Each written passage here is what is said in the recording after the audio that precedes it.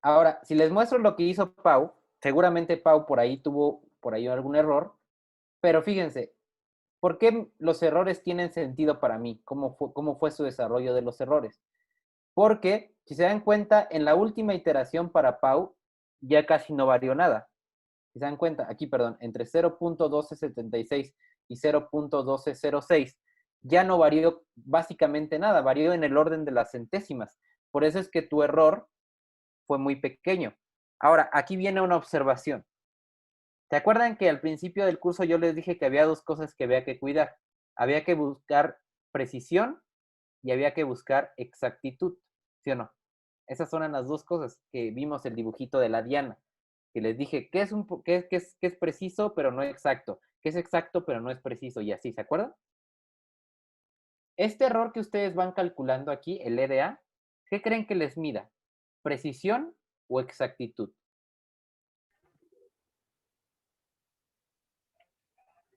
Precisión. ¿Por qué?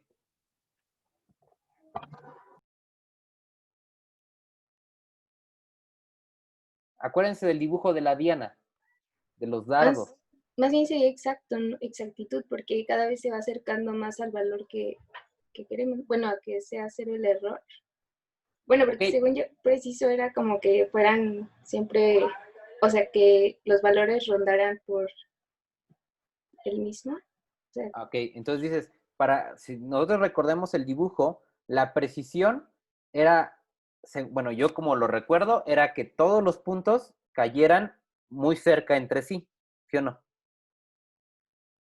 Y la exactitud era que cayeran justo donde tenían que caer. ¿Sí se acuerdan o no? O les pongo el dibujo, a ver. Vamos a buscar a la diana en el libro. Era importante esa definición, por eso es que se las di, fíjense, ¿dónde está? ¿Dónde quedó? Más por acá.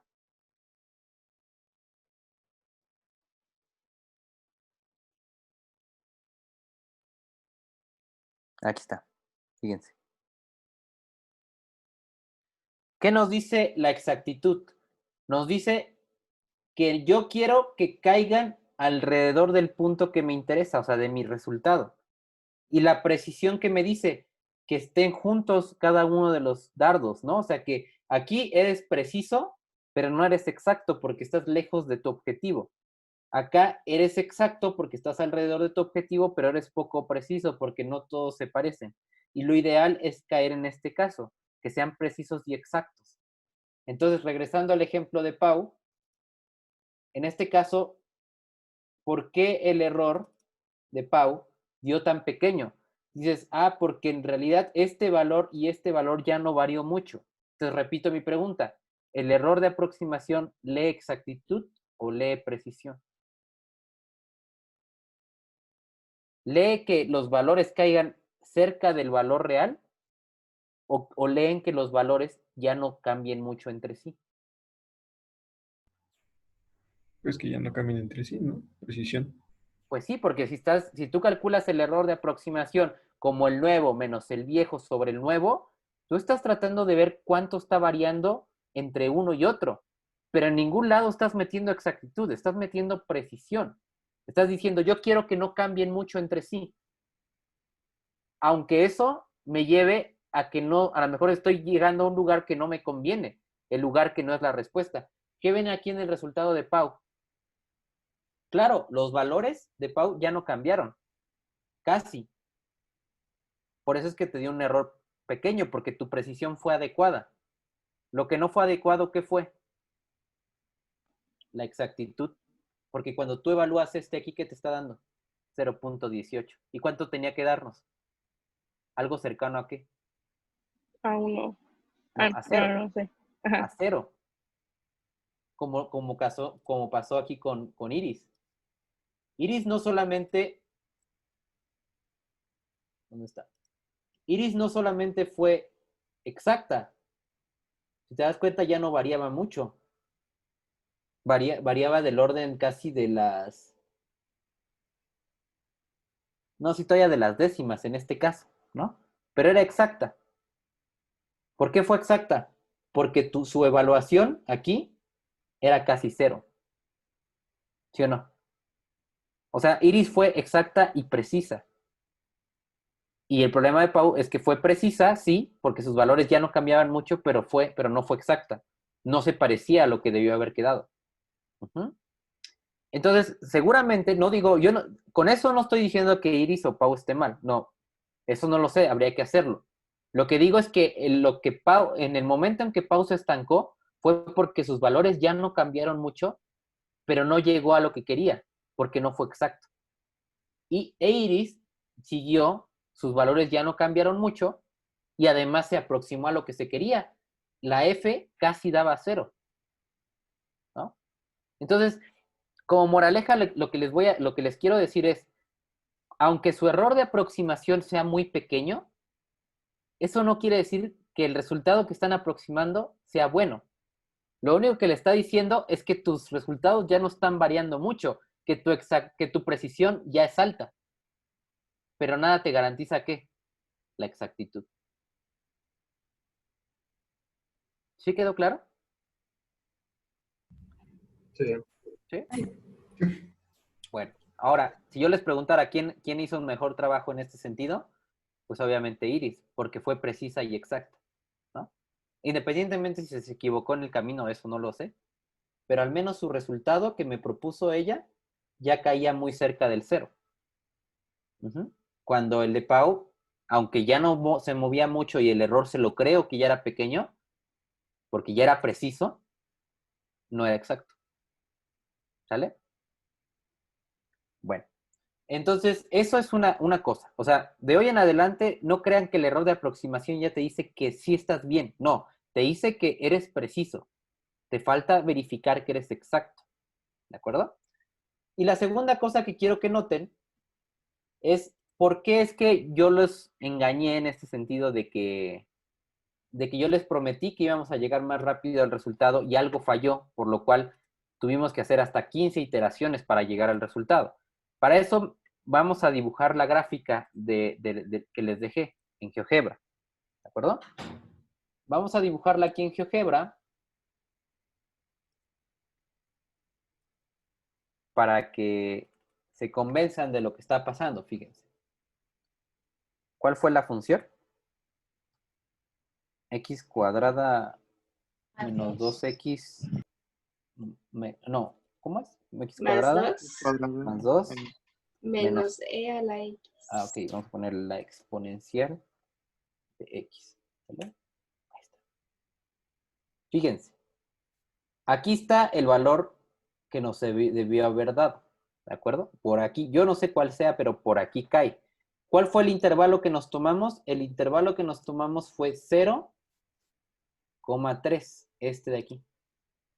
Si se dan cuenta, si yo me hubiera ido con el método de la bisección, el siguiente intervalo, ¿quién hubiera sido? Hubiera sido, pues me agarro la mitad, que es 1.5, y me tomo este y este, ¿sí o no? Y mi siguiente aproximación hubiera caído por aquí. Ya. Se ve que hubiéramos llegado relativamente rápido, ¿verdad? Pero ¿qué fue lo que pasó en el de la falsa posición? Fíjense. Pues el de la falsa posición me dice, tómate el valor, en este caso 3, f de 3. ¿Dónde cayó ese punto? Acá abajo. Y luego tómate el valor f de 0, 0, f de 0. ¿Vale? Que es este de aquí arriba. Y luego, ¿qué nos dice el método? El método dice, tómate la recta que pasa por aquí, que pasa por acá, y fíjate dónde choca. En este caso, ¿dónde choca? Aquí, ¿sí o no? Entonces vamos a decirle, a ver, dime quién es la intersección de esta recta con el eje de las X. Ahí está, es el punto E. Entonces, según esto, el punto E debió haberles dado como 0.3 y algo. Ahorita le pongo los decimales, ¿sale? Luego, ¿qué sigue? Dices, ahora voy a repetir el proceso, pero ¿quién es el intervalo que voy a, bueno, el lado del intervalo que voy a sustituir? ¿El punto A o el punto B? el punto A, ¿no? El del 0. Ah.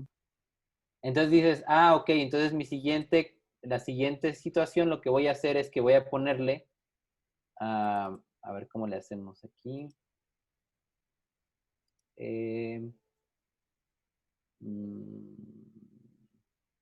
Yo quiero extraer este valor, pero déjame ver si lo puedo poner en decimales.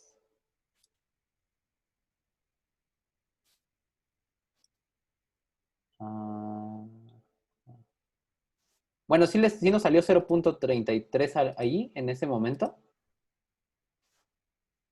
¿Sí me pueden decir cuánto vale el E? 0.29. Ok, entonces 0. Díganme exactamente, 0. ¿Qué? ¿3? ¿Qué? ¿Qué nos salió en la aproximación? 0. 29. No es 0.3, es 0.29. Ok, 0.2974, así lo voy a poner, coma, y ya nada más le voy a poner F de 0.2974, así, ¿vale? Fíjense, ahí está, aquí llegué. ¿Qué hago? Pues nuevamente vuelvo a trazar una línea aquí y una línea acá, ¿verdad? Ay, no ocupo bien. Déjenme volver a hacerlo. Voy a trazar una línea de aquí, acá. ¿Y qué está pasando? Si se dan cuenta, la siguiente aproximación como que no va a cambiar mucho, ¿verdad? Como que no se movió mucho del punto de aquí al punto de acá. Podemos sacar cuál es el punto. Es este. No. Es este. Es esta. Esta con esta. ¿Por qué no lo hice? Es este con este. Ahí está. ¿Sale? Eso nos da el siguiente punto, que si se dan cuenta sale más o menos como 0.5. A nosotros nos salió justo 0.5, ¿sí o no? Y luego, ¿qué sigue? Pues vuelvo a hacer la iteración, que sea 0.5, f de 0.5, y luego trazo otra vez una línea. Ese es el proceso, ¿sí o no? Eso fue lo que les dije que había que hacer, una línea acá. Pero ¿qué parece que está pasando? Que las líneas se aproximan como muy despacito, ¿no? Van dando pasitos muy chiquitos. ¿A qué se debe eso? ¿Quién me dice? ¿A qué se debe que esto va dando pasitos muy despacitos? O pasos muy chiquitos. ¿Tendrá que ver algo con la pendiente o bueno, con la tangente de esta cosa? ¿Que está muy inclinada? ¿Será eso? Por lo que siempre está dándome valores de este lado y además va avanzando cada vez más pequeño, más chiquitos los pasos. Sí. Yo creo A eso se debe. Pero mira, no te preocupes, te voy a dar una solución es más, una solución súper rápida, que a ustedes yo creo que van a llegar en 5 o 6 iteraciones al valor, en vez de 15. ¿Cuál es la solución? ¿Cuál es el trucazo para que el método de la falsa posición no falle? Para que esté súper así recargado y súper y así chido. Que sea súper rápido. ¿Cuál es el secreto? Ese método se llama el método de la falsa posición modificado. Y tiene una pequeña modificación, pequeñísima. ¿Cuál es la modificación que tiene? Fíjense.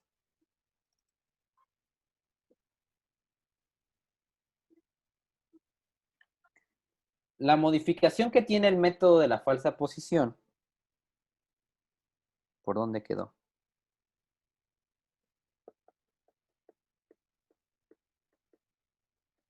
Que les voy a invitar a que hagan. Fíjense, aquí hay otro ejemplo que también pudo haber fallado en la falsa posición.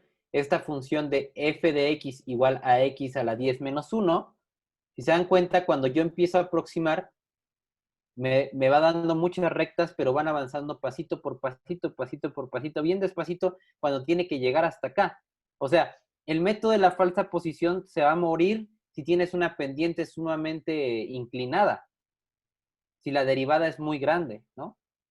en ese momento se va a morir el método de la falsa posición. Pero hay una modificación que nos puede ayudar. Fíjense, falsa posición modificada. ¿Y qué dice el método de la falsa posición modificado? Ay, no está un dibujito aquí. Pero lo que dice es,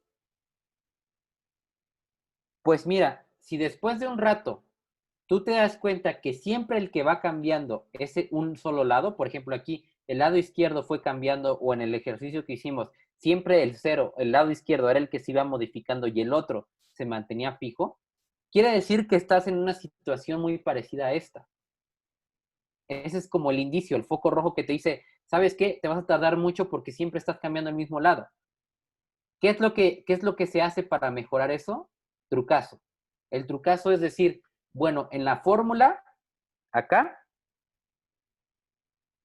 en esta fórmula, si por ejemplo tú te la pasas cambiando nada más el XL, que era el lado izquierdo, si tú te la pasas nada más cambiando el XL todo el tiempo, te propongo algo diferente. ¿Qué? Que ahora en vez, si ya te diste cuenta que se quedó como atorado siempre del lado izquierdo, para desatorarlo, la idea es que tú dividas XL sobre 2. Pero no solamente que dividas este sobre 2, sino que lo dividas también todo lo que depende de XL. En otras palabras, la modificación va a ser esta. Aquí le voy a poner un 2 y aquí le voy a poner un 2. Por dentro, obviamente, esta es f de XL sobre 2, ¿no? Ah, no, perdón. Esta de aquí más bien es por fuera. Ahorita les explico por qué. Nada más vamos a modificar este de aquí. El XL sobre 2. Ajá. Y les voy a explicar por qué. ¿Por qué nada más estoy modificando? A ver, ¿cuál es el lado que estoy cambiando? El lado izquierdo, ¿verdad? Ah, no, el que voy a modificar es el otro. Ahorita les explico por qué. No es tan difícil de entender. No, voy a modificar el f de xu. Este de aquí lo voy a dividir entre 2 y este entre 2. Ahorita les explico por qué, fíjense. La idea es la siguiente. La idea es que como ya vi que se atoró mi problema así de esta forma y nada más va cambiando el lado izquierdo, ¿qué te parece si ahora, en vez de tomar este punto de aquí arriba, me tomo la mitad de este punto? O sea, ¿qué quiere decir? Que para la siguiente iteración, en vez de tomarme este de hasta acá, me voy a tomar este de aquí. La mitad. La mitad entre este de aquí y este de acá. ¿Les late? ¿Qué gano con eso? Ah, que en la siguiente iteración, ¿qué creen que vaya a pasar?